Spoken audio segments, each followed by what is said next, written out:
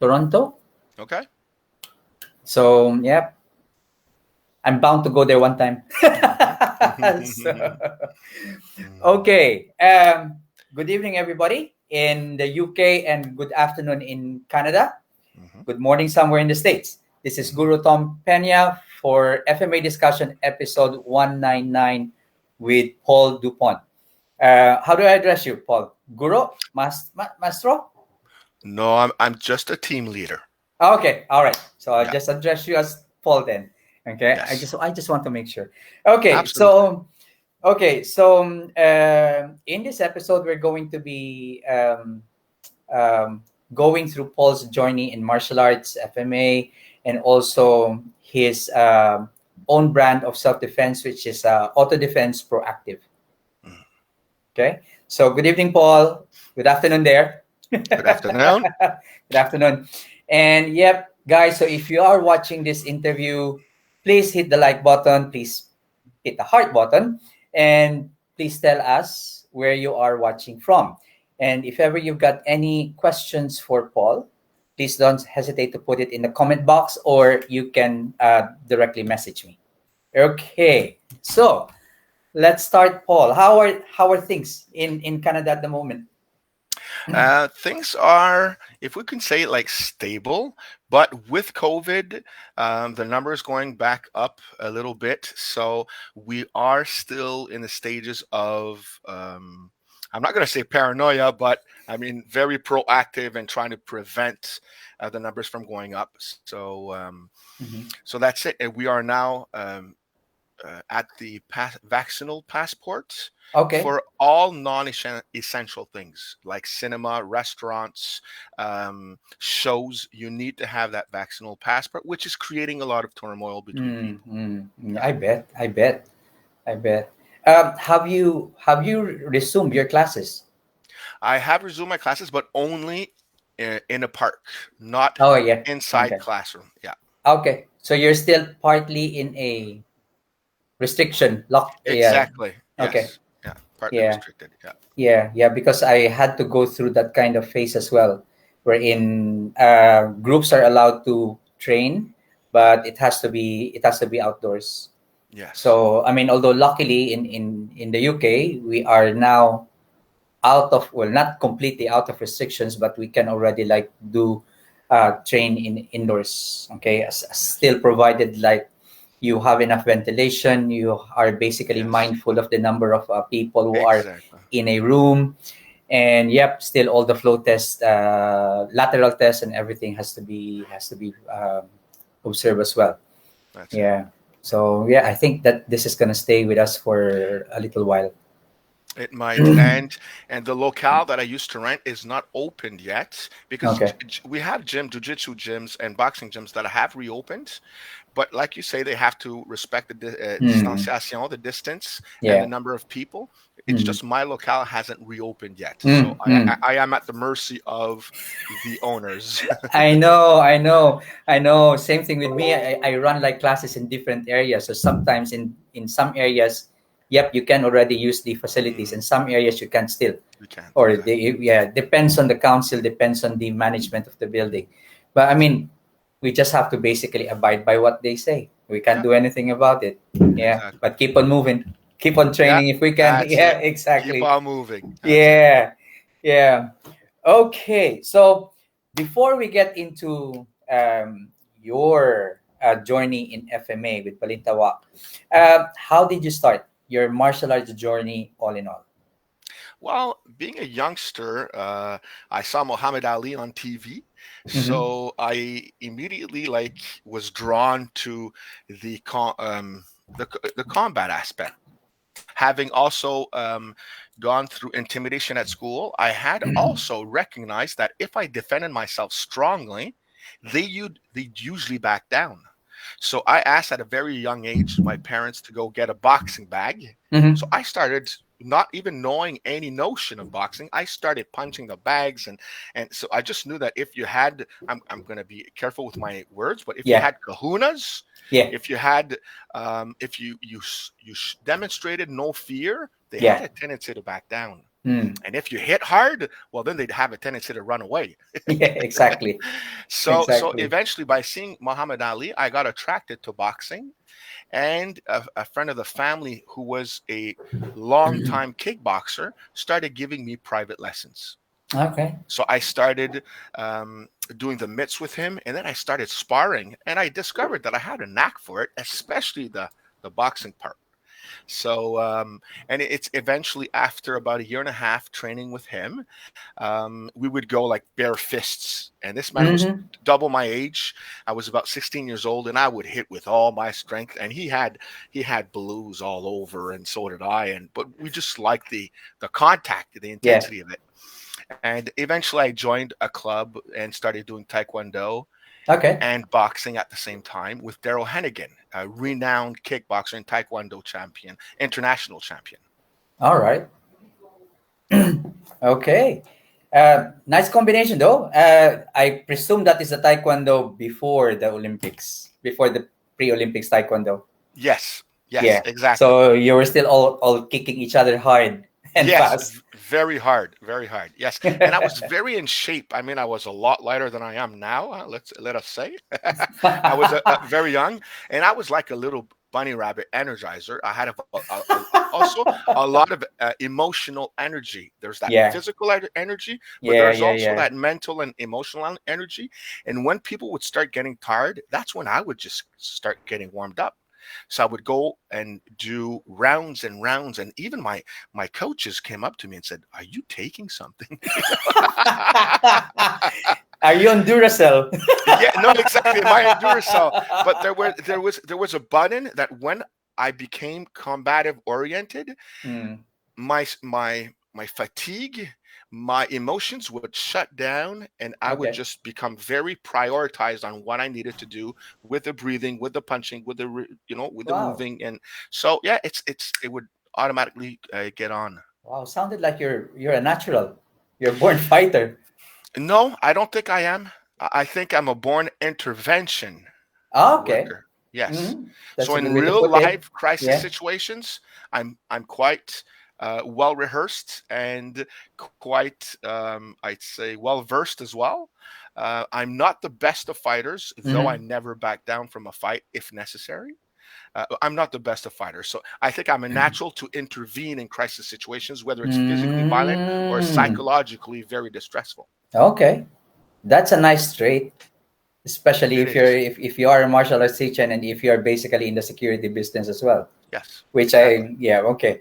So did you compete during those times when you were Actually, actually, the funny thing, and I'm not. I hope people will be able to identify. I never compete. Well, I would compete inside the house, but I never went to compete amateur wise. You know why?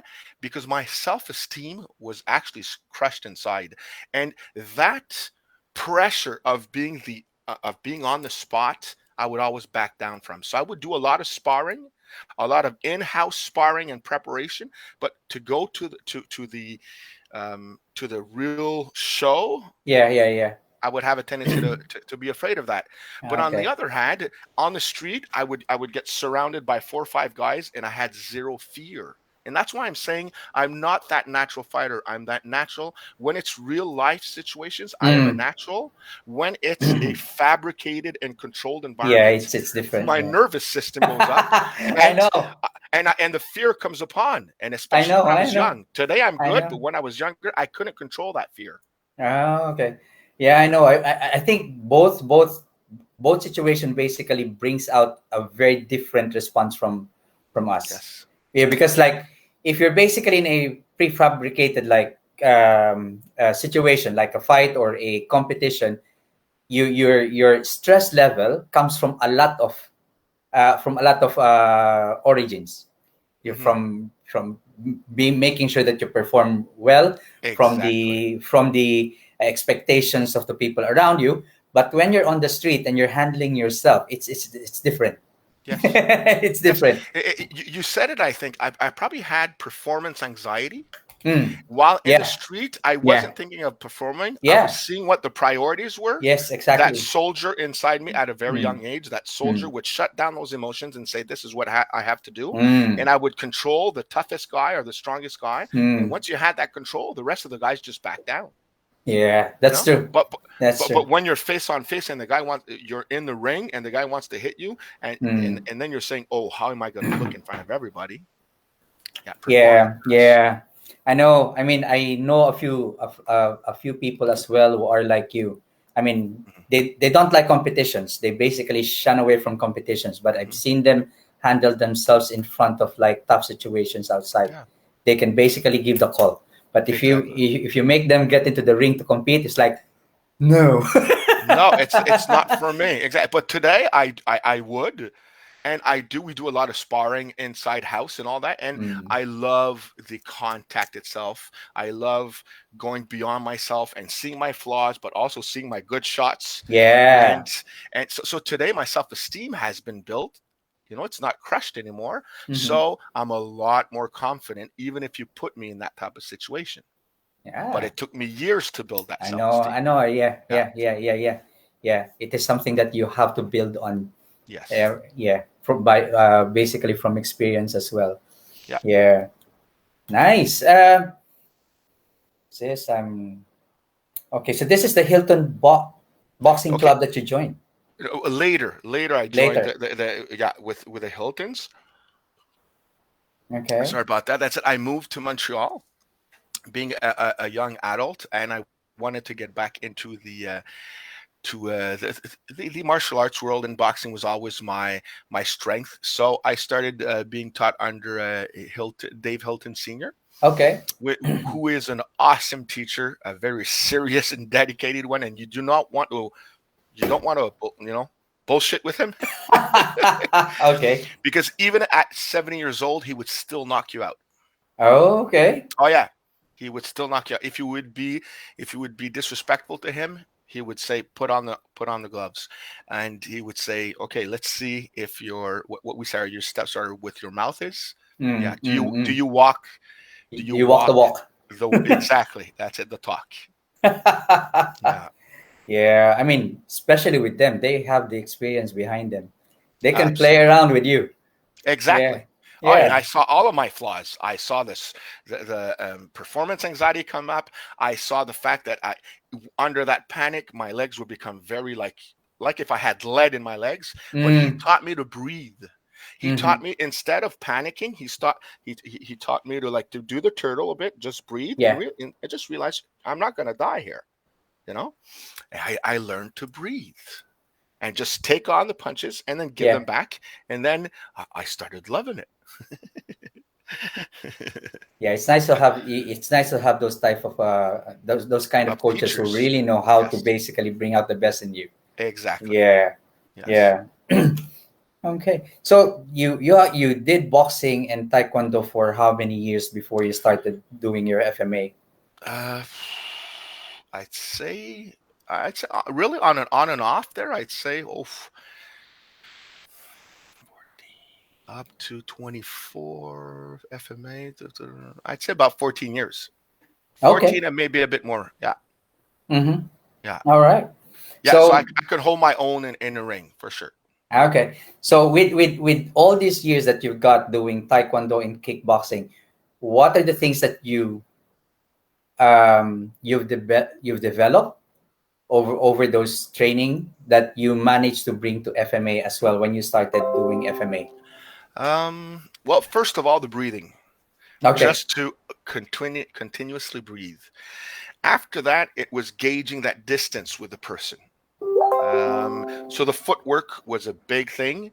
And what that taekwondo or kickboxing advantage is, as a boxer, I was uh, very grounded, Yeah. Mm. and but the kickboxing and taekwondo taught me to be very light on my Light. feet. Yeah. And I've always been like quite stocky, not big. I didn't have a belly, but I was muscular. I was always heavy.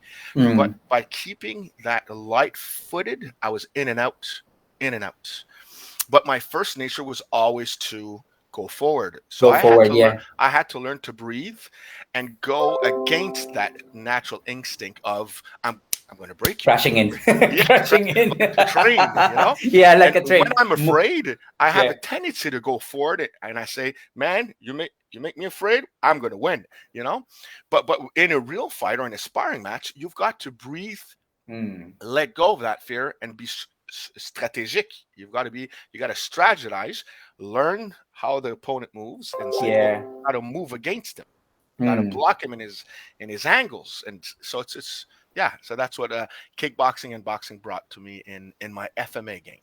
Ah, okay. And in your in the biography that you sent me, you also worked with kids, did Yep, you? With yeah, I do now yeah. still today. I still do. Yep. So, what kind of work do you do with them? Well, Young in the offenders, past, yeah, yeah, yeah. in the past, I was with young offenders, so a lot of very hurt, broken, traumatized kids, but that had very, very strong, some criminalized behaviors, very Okay. violent, very um, uh, always on the attack, always on the defensive. So a lot of physical interventions, many interventions. And that's where I say my strength is being able to recognize when he's about to jump his gun, being able to Okay. de-escalate the person and bring him down. And and the aspect that really got me to become an excellent intervention worker wasn't only the psychological aspect, it was the trapping in FMA. The trapping Okay. that we learn in FMA with the hubud hubud and the Yeah. Yeah. Yeah. brought Yeah. me to be able to control the forearms and the arms of the person. And once you control Yeah. that arm, or at least one of the arms, if not both, I can control you without even hurting you. Yeah, and the Yeah. thing is, especially during that situation, because I used to one of the jobs that I took when I came over here to the UK Hmm. is work as a youth worker. Yeah. So I yeah, it's You can they do have identify. yeah. So normally, of course, being in their age, they sometimes end up just uh, getting into a fight, and a lot of them, the youth that I work with, have cases of ADHD. Yep. Most of them do. So they can be as sweet as they can, but the moment they get agitated, it's just gonna go clashing. Yes. Yeah, most of the time I do find myself like trying to intervene and break up fights and everything. Yeah, the good thing with yeah with the locks, the restraints that we do with FMA, and of course because I did Aikido as well, so it's Hmm. almost like they don't realize that you're doing it to them. They just finding themselves like being separated and Exactly. everything. So Within a which is couple good. of seconds. Yes. Exactly. So Yes. no damage and everything, Yep. which is really good. So Definitely. nice. So did you um, you started working for the young offenders when you were Early still doing early 20s. early 20s? You haven't done FMA yet, or have you already done FMA No, that I time? No, hadn't not done yet. FMA yet. Okay. Yeah. So you're Yeah. still in your kickboxing, taekwondo Exactly. boxing days. And what I'm very good at is hitting. But now I'm not allowed hitting. So I'm getting to learn the trapping, but Mm. naturally. Yeah. It's becoming natural that I can't hit them. So what is a threat to me? It's it's those legs, but especially those arms and those fists. And Mm-hmm. sometimes they have a piece of glass, and sometimes it's a crowbar, and sometimes it's whatever, anything that can hurt me. So how do I protect myself? And I became very natural at de-escalating, but also protecting myself and others. And sometimes the workers would run away and the kid was left alone wanting to hurt somebody or or break everything, Mm-hmm. and I was left alone and I would go intervene alone. Because why? Because first of all, I understood the kid's anger because I had been there before, but Yeah. second of all, that physical confrontation, I had no worries. I didn't have fear about being that Mm. that not Yeah. Yeah. Yeah. everybody's comfortable with that physical Yeah, confrontation. yeah, yeah. I know, Yeah, I know. that Yeah, threat. yeah. Same thing with me. Normally, my coworkers would just run away from it. So while I Exactly. basically go for it because the problem is, of course, sometimes you can't. You see like either opposite sex, opposite gender having a go at each other, or I mean, two boys having a go at each other, and you can't just stand there and just watch them And sometimes even we say go, you call the police, but yeah, Mhm. how long before they actually get in there? Exactly. So by Exactly. the time that they get there, there's already too Yep. much damage between the two. So I normally like to step in. So, but it's actually good to hear from your experience that you managed to use basically all these skills without Mhm. having to resort punching and kicking them, Exactly. and using just all the restraints, the locks and the flows. Because Yes. this is one of the things that um, I would say not really controversial, but some people actually find it hard to believe, or basically to see that they'll be able to use locks, Hmm. restraints in an actual situation. Yes. So, and I'm really glad that basically you're one of the person who have managed to actually use it and use Uh, it well. yes, and lose it exactly, and use it well. And it's very later that I came upon FMA, but when I fell upon like Panantukan, which incorporated that hubud lubud, Mm. um, suddenly there's a light that lit inside me and say, "Oh my goodness, I've been doing this for years without even knowing there was a Yes, name or yes, that and that it existed." So for me, FMA just it connected with me, and I said, "Oh boy, okay, this is natural," And I still have a lot of things to learn, but it's just there's that natural flow, that connection. My body responds well to FMA. mm. Yeah, Okay. yeah. So from uh, boxing and taekwondo, how long did it take you basically to get into FMA? How did you start getting into Well, I FMA? was in the army. I entered the Canadian Armed Forces. I was just under 10 years, and Oh, through that okay. 10 years, yes, I did the basic combative, unarmed combative, military combative program, but which was very basic here in Canada. Mm, We are mm, not mm. super pros unless you're in JTF. Yeah, yeah, yeah, yeah. So it's very basic. But wanted to learn more, continuing my boxing and my kickboxing and sparring with friends and sparring in the club and out of the club, working security. I wanted to know more, and that's where I got into Sambo and Sistema. And Sambo opened my eyes to the MMA world, which was Okay. for me the first type of MMA where everything is incorporated, a bit like Jeet Kune Do, but now Mm. is also using Jiu-Jitsu, Aikido, Yeah, everything. yeah. And so it brought me on another level until when I left the army, I became an instructor for private security guards. Mm-hmm. And I was teaching, and one of my students spoke to me that actually came from the UK, but that lived 15 years in Spain. And he learned Balintawak in Spain. Oh, okay. Okay. And he started talking to me about Balintawak. And I said, what? And he says, Balintawak Quentada. And he showed me a couple of videos of him and his students. And then he showed me Bobby Taboada, Richard Cotterell, and Nicky Mm-hmm. Lazar. And Mm. something inside me said, whoa, okay, this is interesting. And I had taught the basic and advanced telescopic baton use Yeah, yeah, yeah. for private security guards Yep. and police officers. So, I mean, I had that rudimentary, the blocks, Understanding, yes, yes, understanding and being able to teach, but this was like bringing that stick fighting or that stick the different defense level. at a Yeah. very different level. Yes, at a higher level, if we can say. Ah, So I okay. started learning in 2012 FMA for the first time. Wow. Okay. Yeah. And I mean, especially with the type of work that you do, Balintawak is basically known for its close quarter. Yep. Exactly. So that really suits in well. That's For yeah. me, Balintawak is karate but with a stick. It's that close That's quarter one karate, or, way. or if you want Wing Chun, it's the Mm. Wing Chun of FMA. Balintawak is that close quarter Yeah. reaction. It's so Yeah. yeah, I Yeah. don't yeah. And the good thing is like GM Bobby Taboada, he's a boxer as well. Yep. Yeah, and It's same it's as a strength. yeah, and I've been to Rich Cotterill's seminars. The Okay. way he basically teaches it, it's almost like you're also like boxing. Yes. So you've got that similarity. Mm-hmm. So Yep. yeah, yeah, it's like boxing with a stick. Exactly, boxing with a stick. That's it.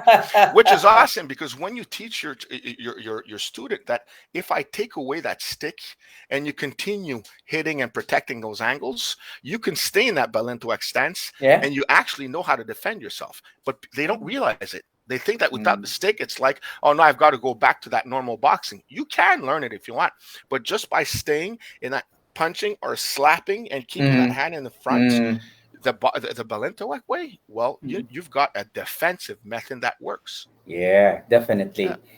Okay, so yeah, you've basically you started learning Balintawak 2012. Talk Yeah. us through your journey.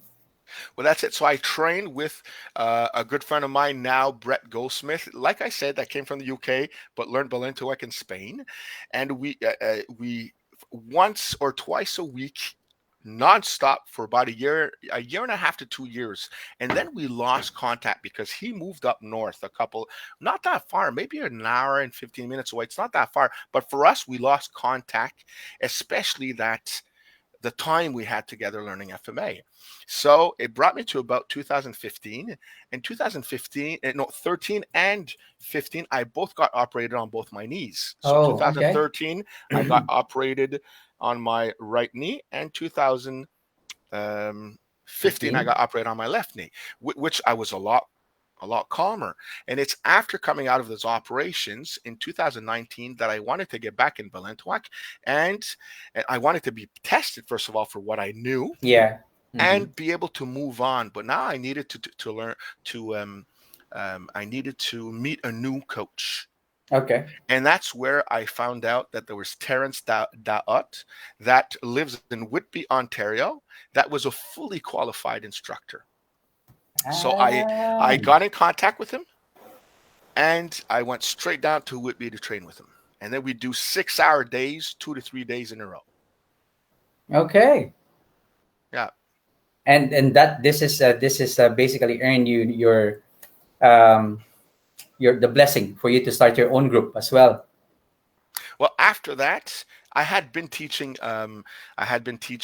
self defense since 2012. At the same time, I started learning Okay. Balintawak. I was teaching self defense already, private classes, and especially to victims of acts of crimes. And because there's that therapeutic approach as well of healing from past trauma and all that. And Mm-hmm. Mm-hmm. I've got my college degree in social work, so Okay. I could guide these people and my students. A lot of them would go through crying and through the trauma, and we had to, I had to stop the class and bring them at what's happening, what are the images, and some would drop out. Some would stay and go beyond their trauma, and they were all okay. It's okay if you're not there. It provokes too much emotion. It's okay. You can come back in a year or 2 years. It doesn't matter. So I was teaching that already. Yeah, Ah, all right. Uh, yeah, okay, so hold on. I'm just going to yeah. I'm just going to So show. my school started in 2012. Yeah, That's Autodéfense the auto Proactive. different. Okay. Yeah, So Autodéfense Proactive, which in French, but it's proactive self-defense if you want it, or auto defense. yeah, yeah, yeah. Okay. Yeah. Oh, okay. So that's auto defense is self defense actually. Yes, autodefense is self-defense. All Yeah, right. that's it. Okay. Yes, but why auto defense? Even in English, it's because my name is Paul André Dupont, PAD, so proactive auto defense. So it goes with my three initials, PAD, PAD. That's quite clever of you. Yeah, that's it. That's it. It's my school. It's my name. So what inspired you to start this school, this self defense school, proactive self defense school? Well, the fact that I had been intimidated as a lad, the fact that I had gone through different types of, I will say it, I mean, this is an FMA forum, but Mm, different types of abuses. okay. Um, it gave me a compassion for and a desire to teach others to be able to not paralyze, or if paralyzed, to come out of that paralysis Mm-hmm. and see the options. So I had a desire to give options to people and Mm-hmm. so build up their confidence and their strength back. And Mm-hmm. it always starts with presence, your voice, Yeah, your how you voice, feel yes. about yourself. Mm. Can you assert yourself? I met big guys, strong guys working security. They could push and bring you down. They couldn't assert themselves verbally at all. Mm. They would always say yes, yes, yes, or be stepped on by others. Why? Because they always want to be a nice guy. Yeah. So they're big and strong, and they can put you down physically, but they didn't know how to assert. So my courses brings you back down to the very basic levels of how do I assert myself and protect myself mentally, psychologically, even before we get into the physical Physical aspect side. of the Mm. martial arts. Yeah. Okay. So you're basically also like, besides teaching them um, uh,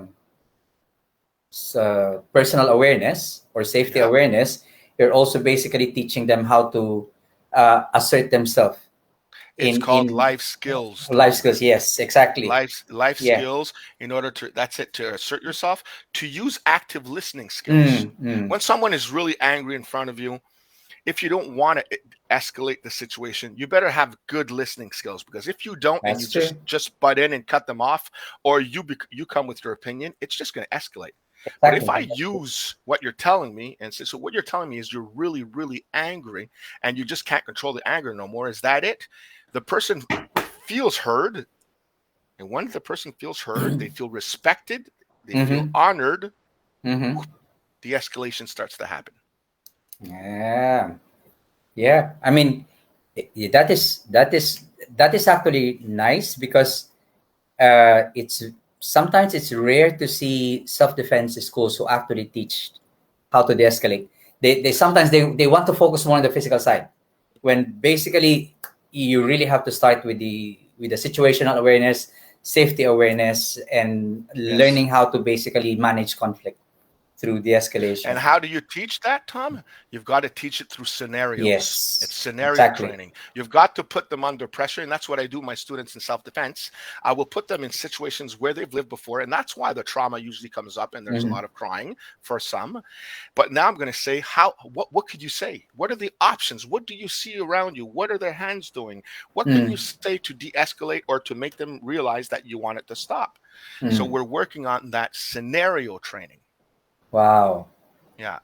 And Wow. that's actually what we do in the army, Mm, mm. over and over and over. And Yes. we see all the angles and all the possibilities until you've got it pat down where you don't even think about it. It just naturally happens. But Yeah. that's what for me, a true self-defense course needs to have that scenario training incorporated in the skills and physical abilities, Mm, but mm. especially that mental and Yeah. psychological Yeah. abilities as well. Yeah, Yeah. Because the scenario training is already a stress test on its exactly. own.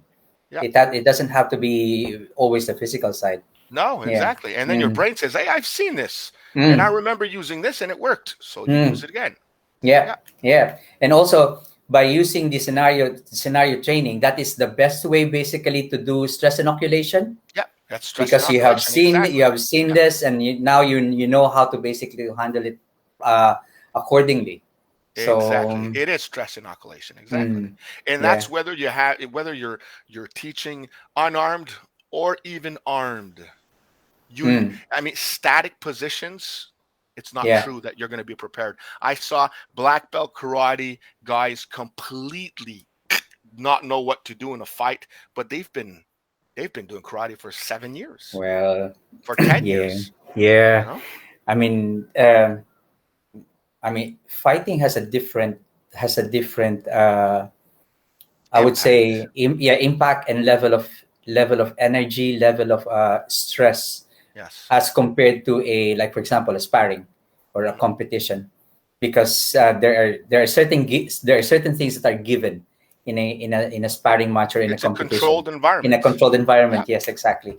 And like basically when you get into a fight, when you get into a street situation, you've got less control over things, and you really have to learn how to like see things and be able to handle it before everything escalates. and Read, yeah. the only person you truly control in a real Mm, life situation is you.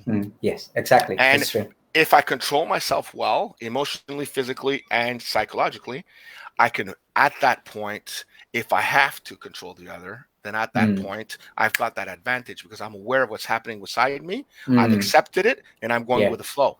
I adapt to the situation as it goes Yes. along. Yeah. Yeah. Very nice points that you raised there, actually. Very nice points. Thank you. Yeah. And that's basically how you respond well in a tight situation like that. So Yes. okay. So you've been to the army. You've basically just have a recap a little bit here. Oh, Yeah. let's say hello to Dean Franco, the head of FMA Discussion. Hello, Yeah. Dean. Hi, Dean. And he said, yeah, yes, you have heard that Balintawak is the Wing Chun of FMA. That's it. The Wing Chun of FMA. Okay, then with in this self defense class that you do you also handle like security personnel, Yeah. or do you teach them separately from No, this club? well, my security guards, I first Yeah. of all teach them basic self-defense. Meaning, I have a client because security guards are not called upon to physically intervene. Not here in Quebec. Okay, Mm-hmm. if you have to physically intervene, you're calling the police officer, unless you're in an intervention agent for youth protection or young offenders. That's a whole different ballgame. Mm-hmm. But a security guard, you call 911 if it's to get physical. But I still want them to have to know that those basic self-defense skills, so that if ever they're If yeah. confronted, they can protect themselves and others. Mm. And then I bring them to how do I control someone without using hits. Yeah.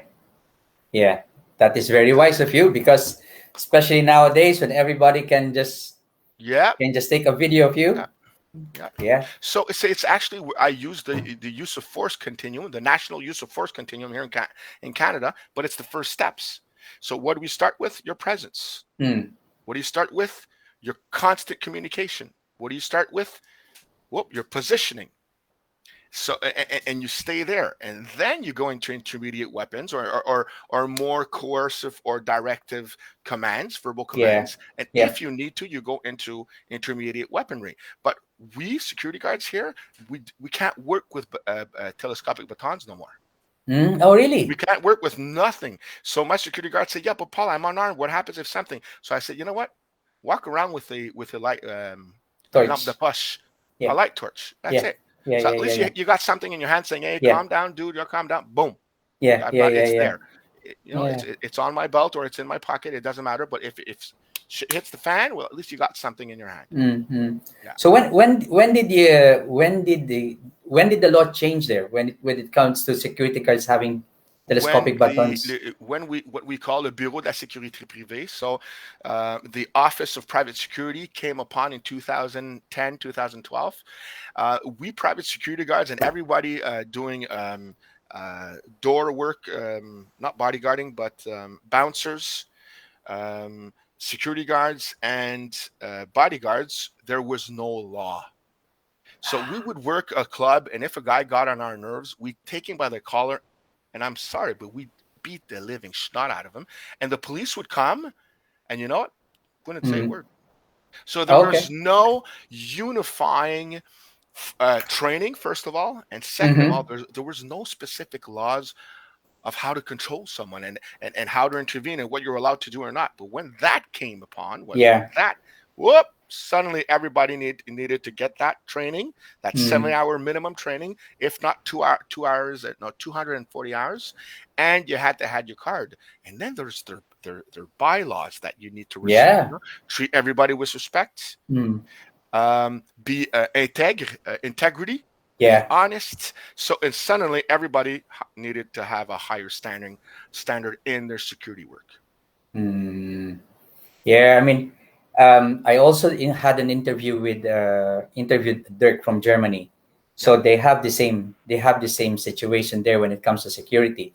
I was like, we were uh, saying that sometimes martial artists would like, oh, I'm good in martial arts, I would like to work in the security. It's like, nope. It might actually be more, not an added bonus for you, but it's something that might actually work against you. yeah, So yeah, because it's a different game, especially when you basically work in the security here.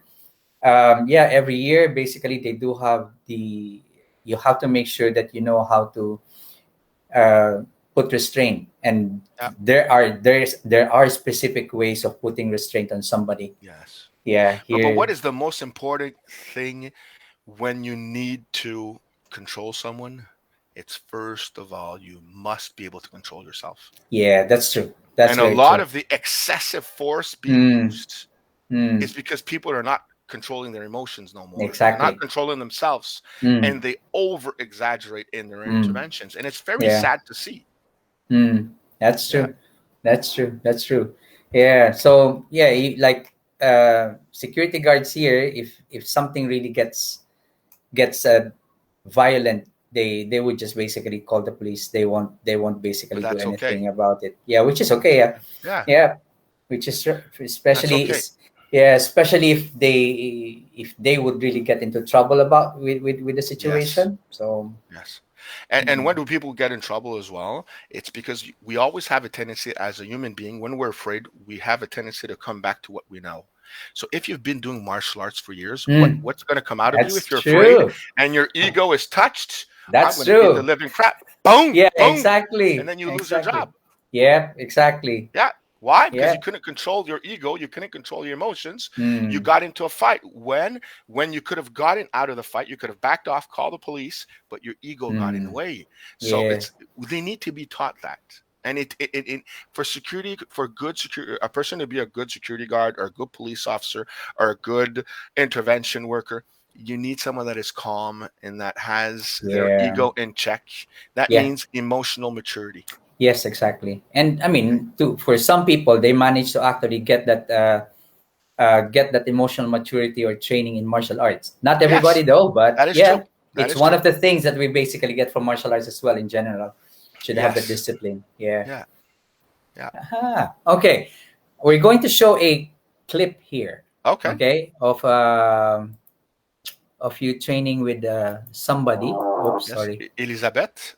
Oh, Elisa. Okay. All Yeah. right. There you go. I'm going to hide myself so that at Yeah. least Go we ahead. got. Go ahead.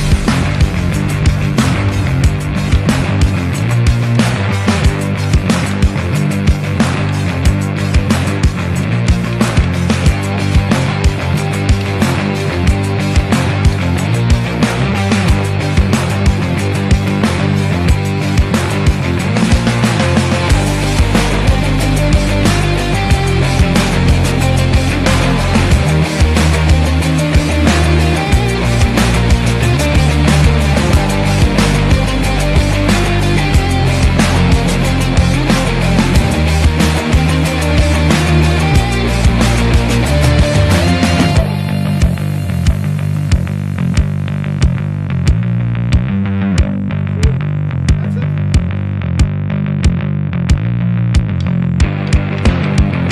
There, Tom. Video has stopped.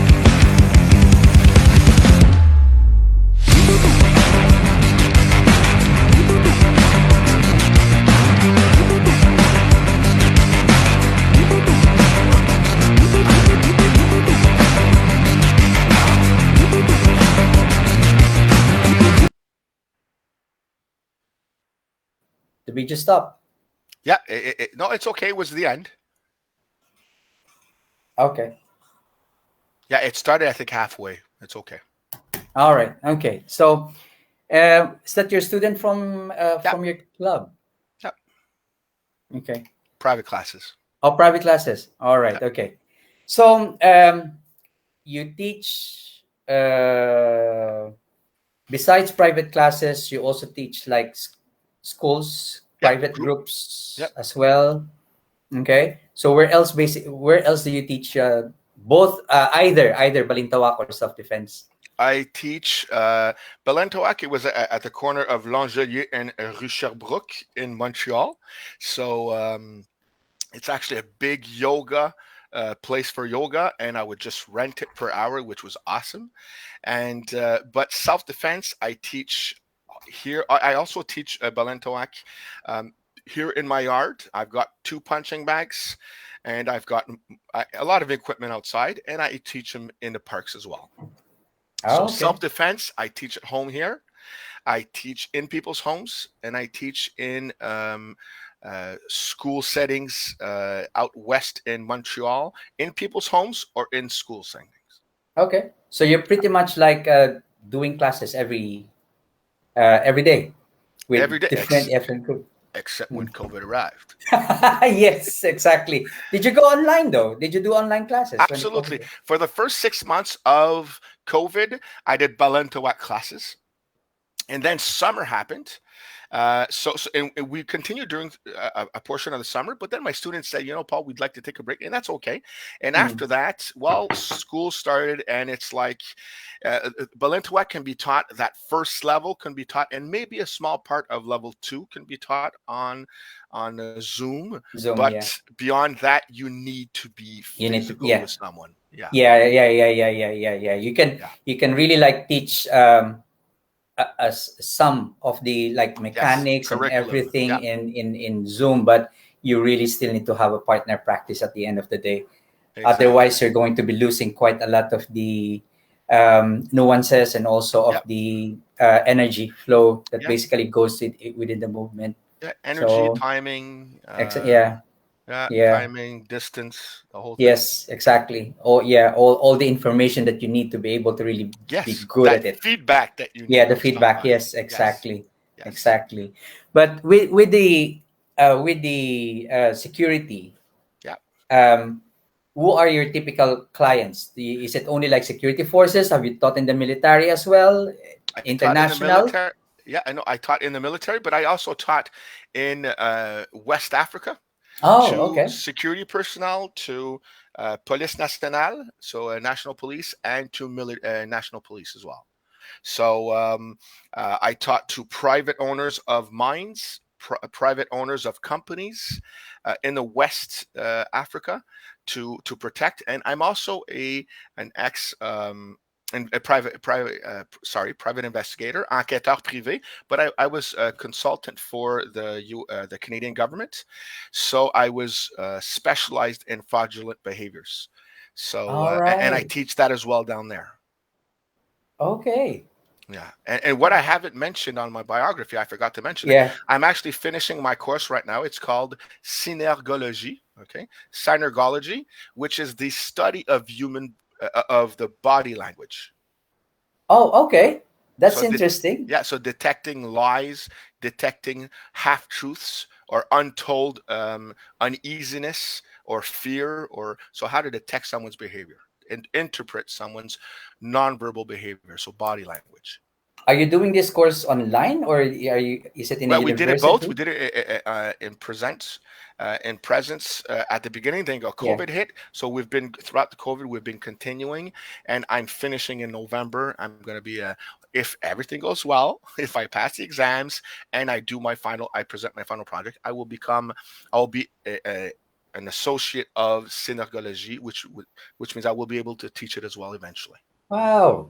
So if presumably this would also like give you an opportunity to like maybe work in like in the court or with the police And or something, but no? everywhere, even with the communication right here with you, Tom, I Mm. know that when you're doing this, I actually know the meaning. If you do this, I know Mm-hmm. every single movement, micro movements, micro caress or whatever. They all have an emotional meaning. There's a motive behind it. Why, when you're listening to a guy talk, does suddenly your calf itch? Why does your calf itch? There's no insect there biting it, but suddenly your calf itches. But there's a meaning behind that. Okay. And What's the meaning behind it? oh, I'm not going to tell you. Actually, I'm just going to give you this. When we're talking Okay. All about right. Okay. Okay. behind the body, it means that the subject or the person I would like to be away from. So you're talking to someone and someone's going to itch their back, or someone somewhere around their back. It's telling you that the subject is they don't like it, they want to leave, or the person in front of them, they'd like to leave their presence.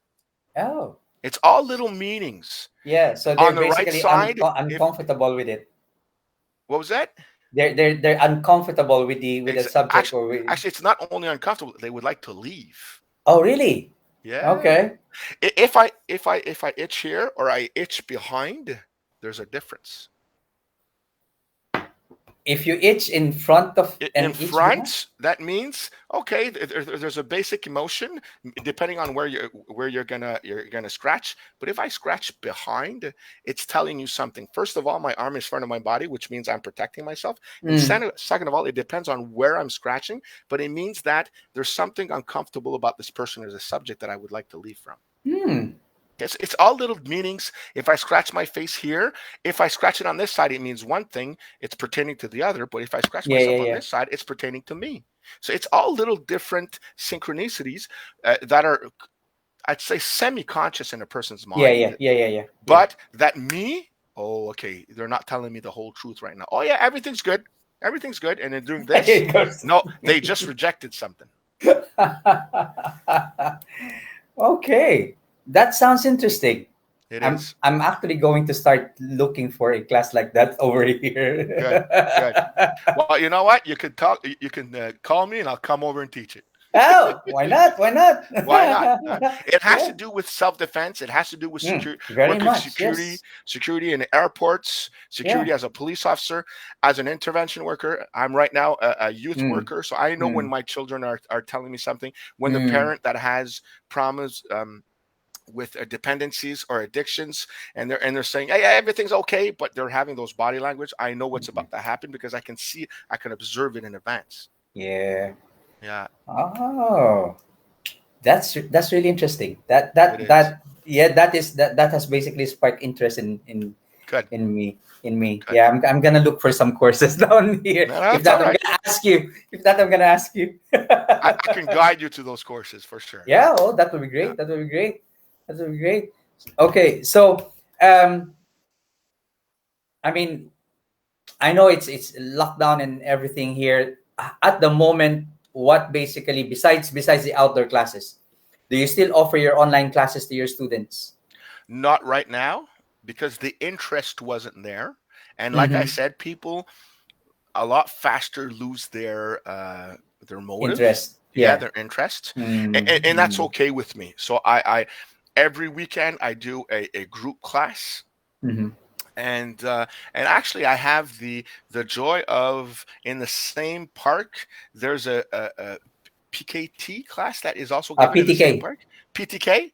yeah, yeah, And yeah. so I give my Balintawak classes, and sometimes when I finish, my students leave. Maybe one of them is going to stay with me, and we're going to cross over, and we're going to go observe or join the class and do a bit of PKT. Ah, Yeah, so it, which I don't know PKT. I'm a yeah, yeah, novice, yeah. but we're Is talking about blades and yeah, yeah, knives, yeah, and yeah. I'm very comfortable. Is that where you met Martin? I actually no, I met Martin at the Doce Pares in the Oh, I past. Actually, I see. forgot to mention on my biography with Chris Badista. Okay, so Yes, you did Doce Paris as well. I did Doce Pares, yeah, for about a year, and with Terrence, he's also very slowly showing me modern arnis. Okay. Yeah, so when I do Balintawak, and then we do a couple of minutes of. He's going to give me a couple of modern arnis manipulations and control techniques, which Mm, I can bring back to Montreal with me. yeah, Yeah. that is nice. Actually, that is nice because modern Arnistas, I think, is one of the comprehensive when it comes to locks and everything because Yes. they have basically learned quite a lot from other styles as well. Yes. So What is really awesome with Balintawak is there's 7 levels, mhm. and it's very understandable, and if you follow it, it's very pure. Like karate, like Yeah. Kyokushinkai. White belt learns this, yellow belt, and it's like that in Balintawak. When you fall upon other, this is my experience. When I follow about Pikite, you see Pikite, Uh, PTK, PTK. PKT. Yeah, That's yeah, it. yeah. Yeah, that's it. Or modern arnis. It seems, this is my experience, by my short experience, it Mhm. seems to be a bit more. There's a lot of everything, but there's not necessarily steps. It's just you ongoing training. Mm. Balintawak is very cut and Very, yeah, dry, cut and dry. Yeah. and people, I'll be honest, my students, they tell me they feel secure about that. And what Mm. I believe is if you can learn Balintawak, a good, strong base in Balintawak, then what I'm going to do is I'm going to push them out and say, go learn more FMA. Yeah, that's Go true. get the PKT, go get the Yeah, yeah, modern Chinese, yeah, that's true. develop on what, but that good, Mm. strong base that you have. Yeah, that's also what I encourage my students to do. Actually, always try to basically learn other styles, Hmm. which also I did. Even when I was learning Aikido before, I didn't learn Yep. from just one Okay. instructor, and also I didn't learn just one style in Aikido. I Yes. learned also the other styles. So basically, it allowed me to understand Aikido from all the subspectrums, from some Yep. styles. So the same thing with FMA. I do actually enjoy learning other styles as well. Hmm. So it gives you that broad understanding of how certain things work as well. Yes. So that's really nice, and it is something that I mean, especially nowadays, something that we should really encourage our students to do. Yeah, yeah, to become more open as well with other styles. Yeah. Absolutely. And not Mm. be in competition. Oh yeah, And that's actually true. to have the humility that even if I'm a group leader in Balintawak, when I arrive in front of the guru in PKT, Mm. man, I'm a nobody. And yet I Yeah, have my experience and I've done, security work and I've gone to yeah, Afghanistan, I've gone to Bosnia, but in front of him at that moment, I'm a nobody. yeah, He's the teacher, I'm the student, yeah. Exactly. and it's to That's have that humility of being able to let go of that the image yeah. that I have. Yeah, yeah, Yeah. that's true. Because I mean, that allows you to learn way better as well. Because you Yes. don't, you're as we say, as we always say in Japanese in the Japanese arts, you empty your cup. Absolutely. In order to Mm, fill it. And, exactly. and let's be honest, I was bullied in martial arts clubs as well as very, very well guided and welcomed. But in other clubs, I had to leave because I was being bullied, and it's not because I couldn't fight back. It's just I didn't. It Yeah. didn't fit with my value system, and say how can I endure and stay with a team that I don't respect its Yeah. values? I Exactly. would move away and Yeah. find a place where I fit, where my values were respected. Yeah, exactly. Yeah, that's Yeah. that's a very wise way of basically keeping your journey alive as well. Absolutely, yes, and Um, and not taking it personally because mm, I've seen a lot of people lose their martial arts journey because of being upset with other mm, people's behaviors. yeah, Let them have. let them I'll be be. honest. I'll be careful. They want to be a-holes. They're allowed to be, but you don't have to stay there. Exactly. Just find Yeah. find where you feel Yes. welcomed. Exactly. You feel that you're having fun. Yeah. It must be a prerequisite that you're having fun Yeah. and that you're learning true concrete skills. Yes. Yeah. Yeah. And also, basically, you're also like stay where you feel that you're growing, where you are Yes. growing. Yeah. Growing and welcomed. Yeah. Absolutely. That is very important. Very Yeah. important. Yeah. Yeah. And actually, if I can say a personal opinion and a heartfelt emotion about people who come from the Philippines and Terrence and Joe and his friends and my experience, they are so welcoming, so humble. They Mm. can kick my butt in Balintawak, and yet we laugh together, we eat together. There's Mm. such a heartfelt Yeah. connection. Yeah. Oh boy, I felt at home. I was in Whitby, Ontario, and I felt at home. It's like I didn't want to leave. And I said, I've got to bring that feeling back to Canada because honestly, in martial arts clubs, that feeling is not. It's a lot of competition. There's a lot of show, and Yes. it's okay. If you're into that macho, that's okay. Especially when you're 21 years old and you want to show yourself off, that's okay.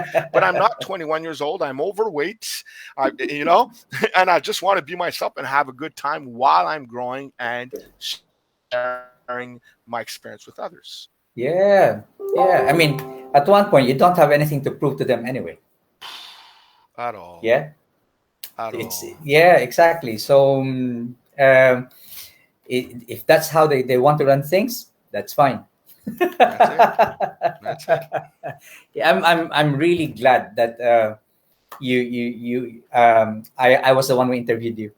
Okay, good, Actually, good. yeah, Thank you, actually Tom. That's yes, nice to because say. yeah, because I've also like really learned quite a lot your work, Hmm. your basically your martial arts journey, and how you're basically molding your students, also when it comes to their own journey in FMA. So which is really important.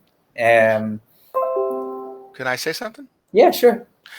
I learned that I have to hold myself to a high standard of what type of person I want to, the impact I want to have with others. Why? Mm-hmm. Because I honestly, I don't want my students to be little Pauls, but I am also teaching how to be a bit of Paul. I'm.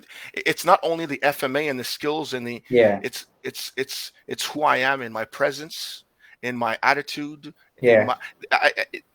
And sometimes they learn more of that than even the skills. yeah. That's true. So if you have a guru which is degrading and how are the students going to be? They're going to degrade others. It was the Mm-hmm. same thing in the army. If you have a captain that is welcoming and that is directive, but he's fair, all the guys become fair and directed. And but if you have one that is condescending and that treats you like crap, everybody starts treating everybody like crap. Exactly. So I That's true. hold myself to a high standard.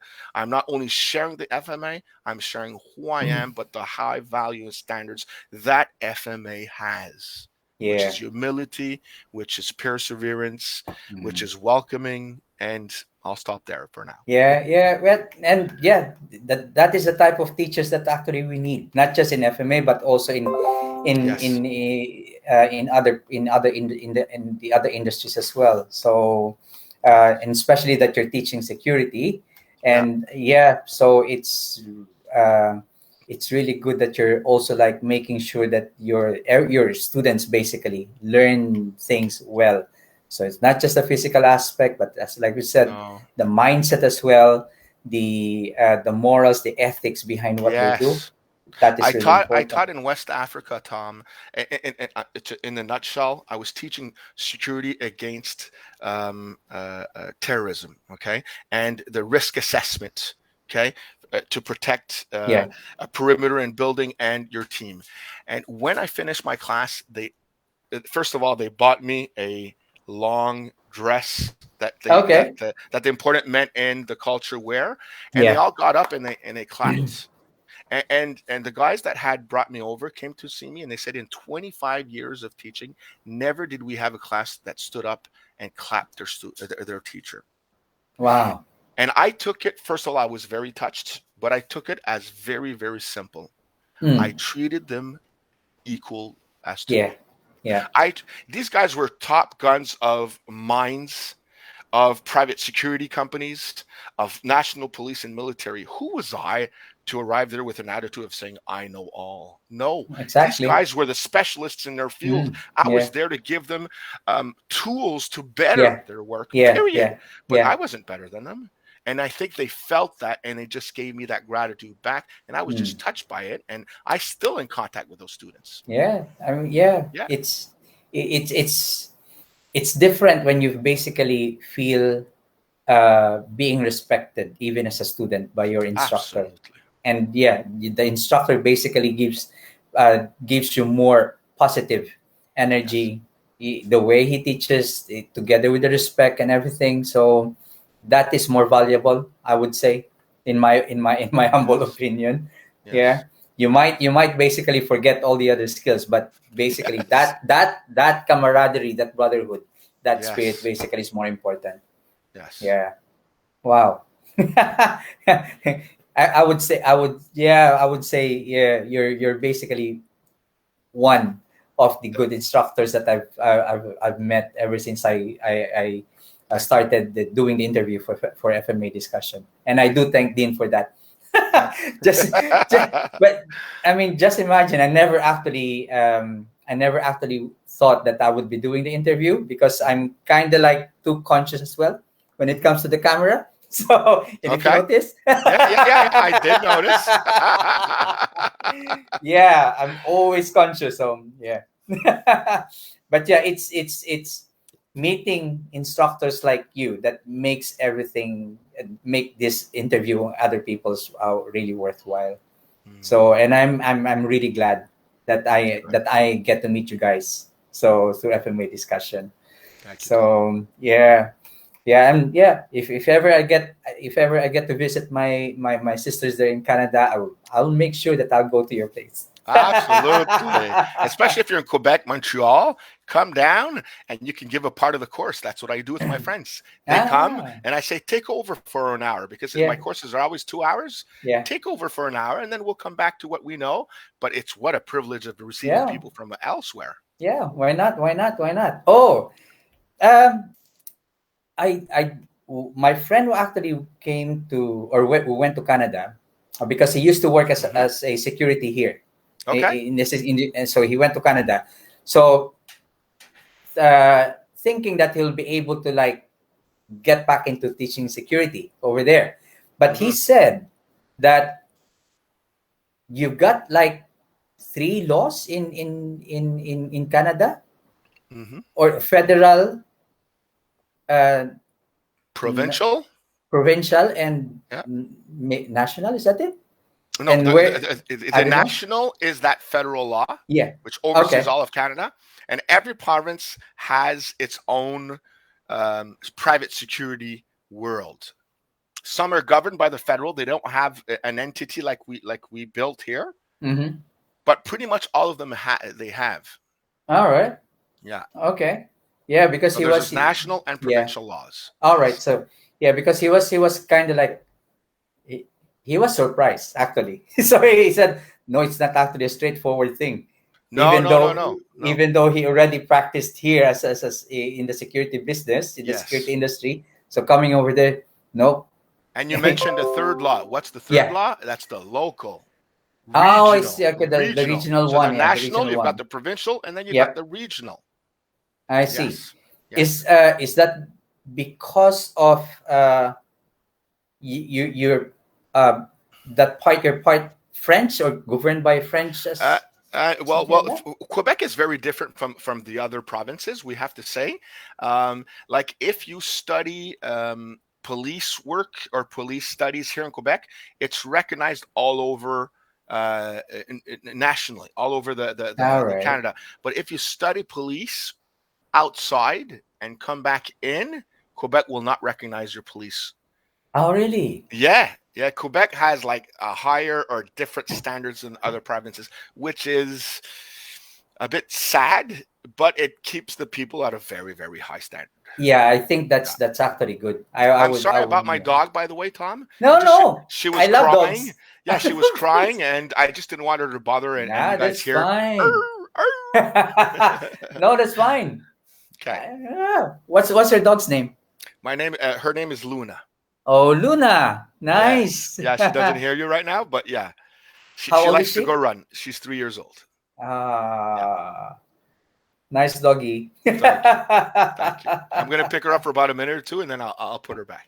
All right. Yeah. Okay. Yeah, I mean, I don't mind. Okay.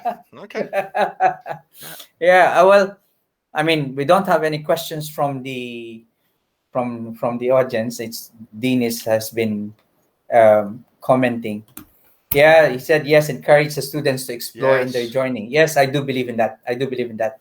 Yeah, Absolutely. And yeah, that, like he said, yes, on the modeling as an instructor. I mean, you are what you teach.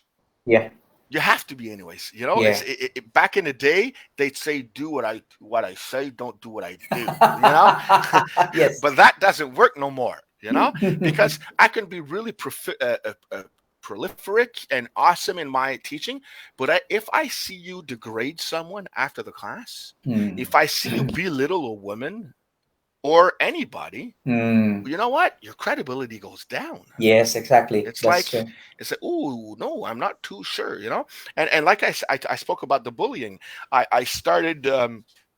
I want to be very careful with what I'm going to say, but I started learning jujitsu. Okay, Mm-hmm. a while back before the COVID, and I was bullied. Honestly, Oh. guys, a couple of guys would always send me like remarks and degrading remarks, and I had to go one of them, and I said, "Do you have a problem with me?" And you know what? Jiu-jitsu is really not my thing. It's really not Hmm. my thing. I'm like a Hmm. turtle on his back, going, "Oh," you know.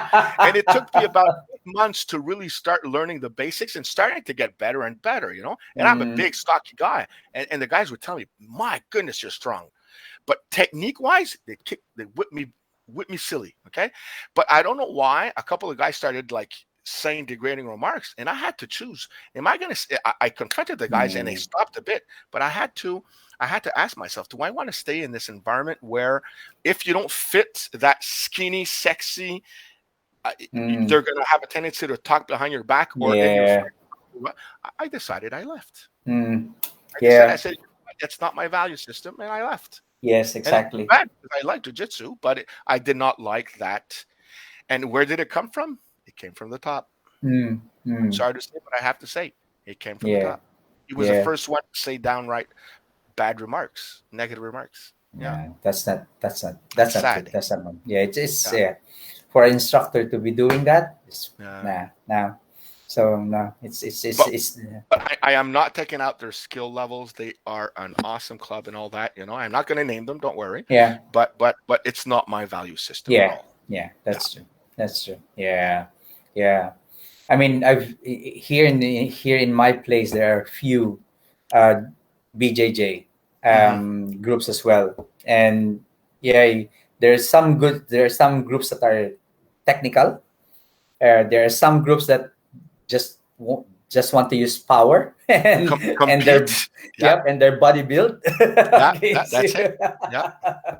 so yeah, I mean different groups as Yes. well has different values with the way they practice depending on their teacher as well. So And it's okay for, I mean, we're a bunch of warriors for some of us, and warriors have egos, and that's okay. It's like, mm, okay, what they say, iron sharpens iron. Okay. But we're in 2021. We are educated people for the most part, yes, anyways. And we have learned through psychology that belittling someone does not bring any value whatsoever to yourself or to others. So mm, it's things that we have put apart. So that's it. We got a choice that's to make. yeah, yeah, Yeah. exactly. You want basically to become I mean more not really yeah accommodating could be one way to put it, but you have to be considerate to others as well, Yes. A better especially if you're version a of teacher. Yes, yourself. yeah, true, Yes. true, yeah. So I Wow. can say with the FMA part, coming back to FMA, Mm-hmm. what I love about the trapping system is when I teach my security guards or even my young girls, I would teach them. I've been teaching this for years, but I teach them to keep those hands up. When you're talking to someone and you're afraid, keep your hands up, and that's where the trapping all starts.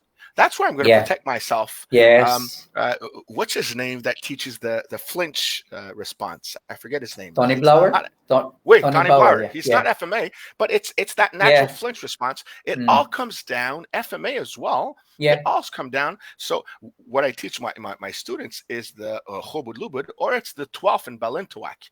One, I parry. Two, Mm. I hit with a stick, or if I don't have a stick, it's with Mm. my hand. Yeah. Three, I trap, and four, I hit. Yeah. But I can use the one, I can use the two, I can use the three, I can use the four, and then Yes. and go Exactly. into a locking. Yeah. And, That's true. and you know what? That falls into what? Aikido. Yep. The Yep. trapping automatically falls into Aikido. Yeah. I did a year and a half in Aikido when I was younger as well. All right. So it all comes down Sambo. Yeah. It comes down Yeah. to Russian Sistema of Mm. going with the flow and not resisting and using. Mm.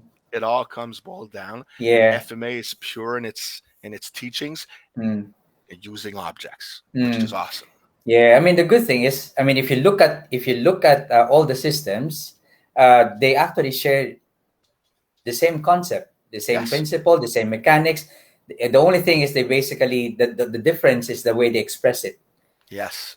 because it that stem from their body structure, that stem from basically from where they are from, but Yes. you've got those similarities. And the beauty basically of learning other arts is you get to understand those nuances as well. Yes.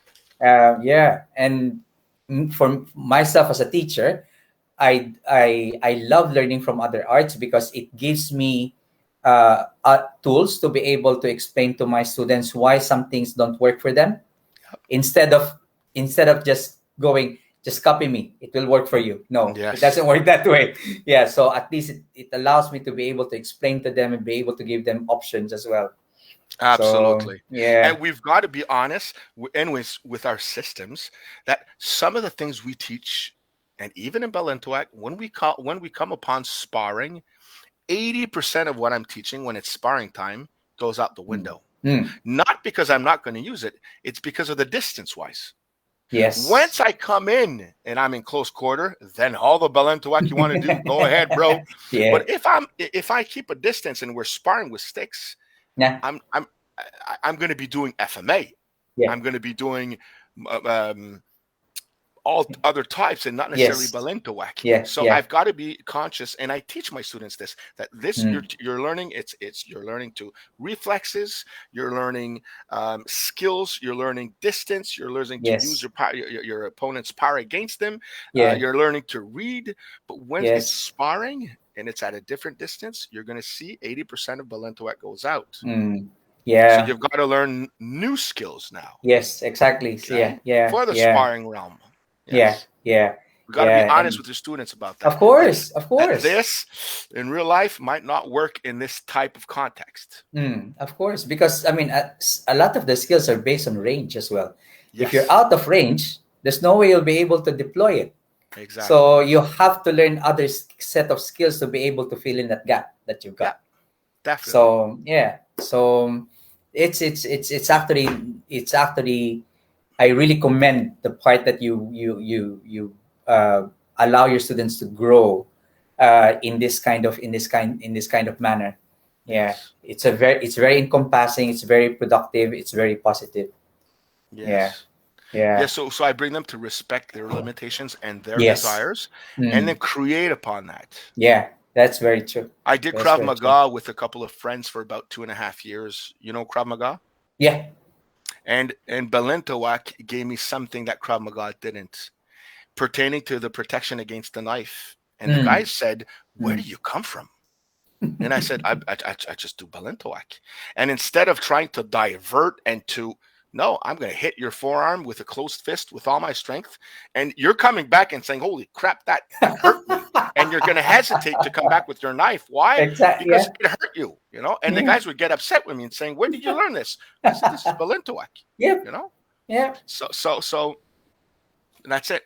So I became creative my own, saying, "Oh my Mm. goodness, this Balintawak." Why do we say Balintawak and Wing Chun? By the way, that Balintawak is the Wing Chun of martial arts. It's because they both control the center line. The center line. Yes. Yeah. Yes. Mm. Other martial arts like Dosi Paris, which is awesome, they're outside and they're always angled. PKT, Mm. they're always angling. Mm. Mm. Mm. Balintawak, I'm going straight Control into you and I'm straight into it. controlling that center Yes. line. That's Yeah. what Wing Chun does as well. Mm. Yep. That's Yes, very that's true. that's why they're related, or Yeah. we put them in the same sentence. Yeah. Yeah. Yes, Yeah. Yeah. Yeah. Yeah. I do agree. yes, I do agree. I do agree. yeah. Okay. So um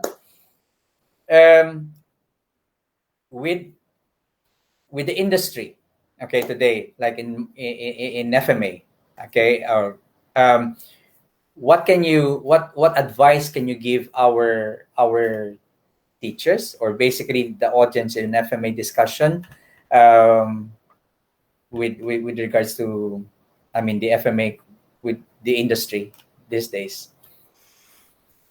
Well, I'm going to say this with humility, meaning that there are other guys a lot more experienced than me to respond to that question. I'm thinking of, I think it's Mark Anastasio, in Mm-hmm. that teaches, is, if I'm not mistaken, he's also in Toronto, who has awesome YouTube presentations and all that. So I'm not too sure how to respond to that question, except saying, let us be models of welcoming, of having high standards in the behaviors that we have and the Mm-hmm. words we use and how we uh, we treat each other, even in a combative environment, even in a combative environment. Because I mean, I had to learn not to be aggressive. You know, I had to learn how to communicate without my fists when I was Yeah. younger. Okay, Mm-hmm. and I still love to communicate with my fists, but I can't in this modern society. Okay, so, and it's okay. You know, I had to grow up. I was a child. I had to become an adult. So for me, it's, let us be adults. Yeah. in the martial arts realm, where it's not ego that drives us, but the willingness to guide each other. And I love I love, if I'm not mistaken, agak.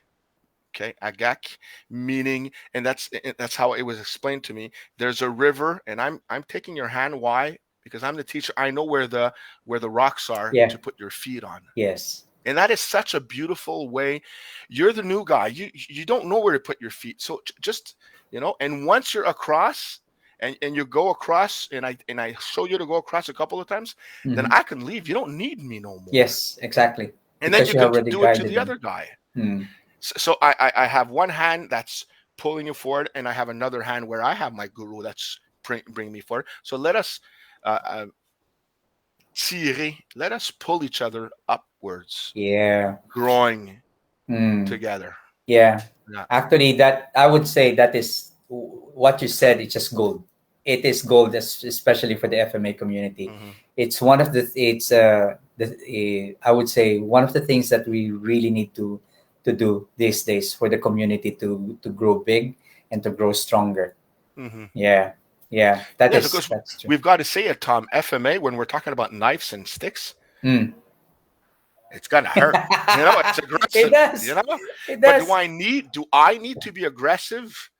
No, Mm. Mm. no. I Yeah. only need to be aggressive when I need to be in a Exactly. crisis situation. Then, Exactly. if I need to use aggression, or even to the point of violence, why? Because it's necessary to Mm. protect someone or myself. Then, Yeah.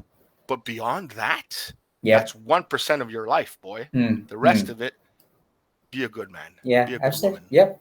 Yeah. That's gold. The wisdom that you brought there is actually gold. Thank you. It's I do agree completely with that. I do agree completely with that. Yeah. Okay. Um so I yeah, have you got any other thoughts that you want to share to the community at the moment? I just want to Oh, thank you. Yeah. yeah. Oh, thank Go you ahead. as yeah. Thank you very much for coming in as well to be our guest in FMA in FMA discussion. Oh, how can people get in contact with you? Before I forget. Okay. The On Facebook, it's called Autodéfense Proactive. I can send it to you if you want. Oh yes, please. Yes. Yes, I also have an email, Proactive Auto Defense. And I also have my phone number that people can get in contact with. So if they're in the Montreal area, maybe a bit farther out, or south or north or east or west, but around the Montreal area, do Mhm. not hesitate to contact me. Actually, you guys are going to find it funny. I teach Balintawak in a park. It's called the Maison Neuve, and I'm actually probably going to do an activity where I'm going to teach self defense and Balintawak to single people. And hopefully, maybe I'm going to get students after that activity. But I'm on a community for single people, and I said, would you guys be willing for maybe a 2 hours of self defense slash spell and toak? And I send them the video I sent you, and Yeah. people are responding. I got about 30 people saying, yeah, That's we really good. want to come. So Oh, it's another way of saying, let's do an activity. If you don't want to do it for the rest of your life after, hey, it's your decision. yeah. But if I can get another student or two that says, man, I love this, Yeah. well, why not? Yes, exactly. Yeah. Exactly. So let's be Yeah. creative and open minded. Yeah, that's true. That's true. And any further plans besides having that seminar for single people? Well, I'll be honest with you. I think Balintawak, I taught Balintawak for 6 months to my father. My father's 73 years old. Okay.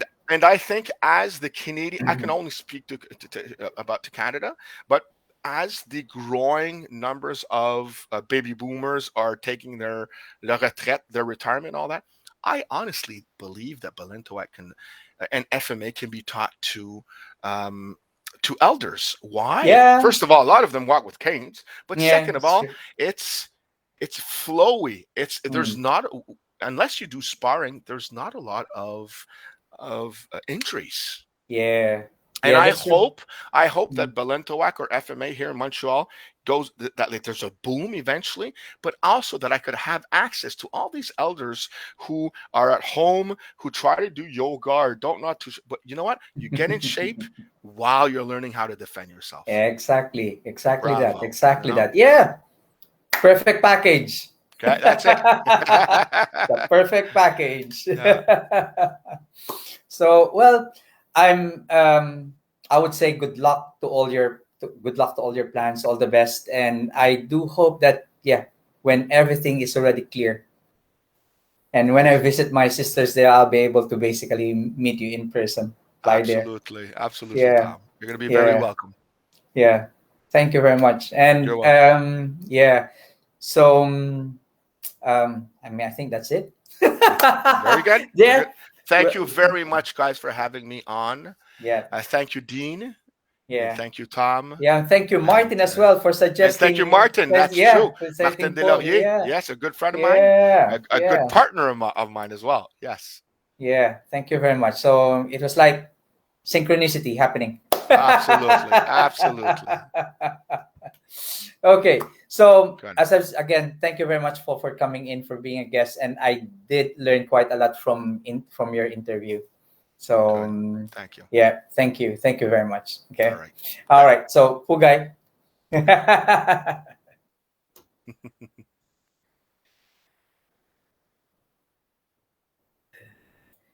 Okay, so guys, that is episode FMA discussion episode 109 with Paul Dupont from Montreal, Canada.